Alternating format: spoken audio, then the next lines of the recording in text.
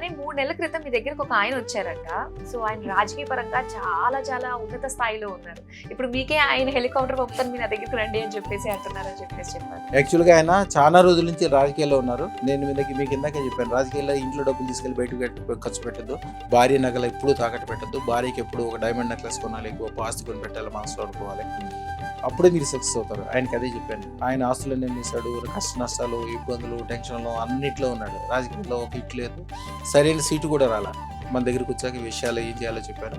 కరెక్ట్గా దగ్గరలో వచ్చే ఎన్నికల్లోనే ఆయనకి బ్రహ్మాండంగా సీట్ రావటమే కాకుండా ఎమ్మెల్యే అవటం కాకుండా మంచి మినిస్ట్రీ. ఆయన స్వామి మీరు అంటే ఆయన ఉండేది బెంగళూరు దగ్గర, మీరు మీ అంతటికి మీరు రావట్లేదు స్వామి, నేను హెలికాప్టర్ ఇచ్చి పంపిస్తాను స్వామి, మీరు వచ్చి ఒక్కసారి. ఆయన ఇండస్ట్రీ కూడా మళ్ళీ మంచి ఇండస్ట్రీ పెట్టుకున్నాడు, పిల్లలందరినీ బాగు చేశాడు, బంధువులందరినీ బాగు చేశాడు, చాలా మంచి పేరు ప్రతిష్ట తీసుకున్నాడు.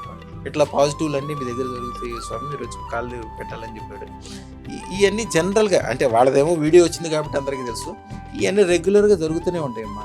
శుభం భూయాత్. అదృష్టం ఉన్న చోట రాజకీయాల్లో, జనాల్లో, ప్రజల్లో అనేక విషయాల్లో విపరీతమైన విజయాలు కలుగుతాయి. చాలా చక్కగా తెలియజేశారు గురువు గారు, ధన్యవాదాలు.